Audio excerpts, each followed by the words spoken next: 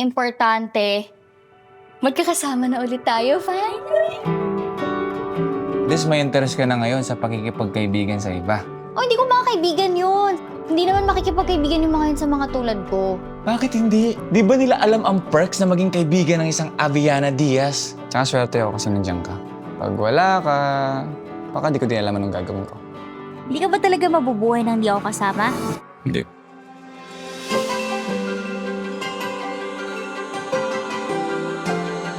Kahit anong mangyari, walang magbabago sa atin, ha?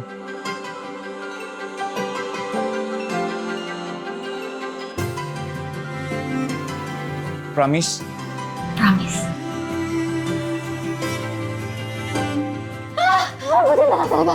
Buti na lang talaga nandiyan ka.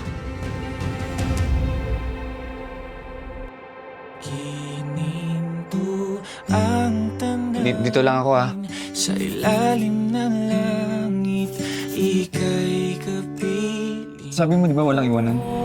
Kulay kahel na langit, nakitang gumuhit sa ganda ng mata mo. May first kiss ka na ba, Via? Ako? Di ko iniisip yun, no? Ikaw na lang yung first kiss ko. Ako?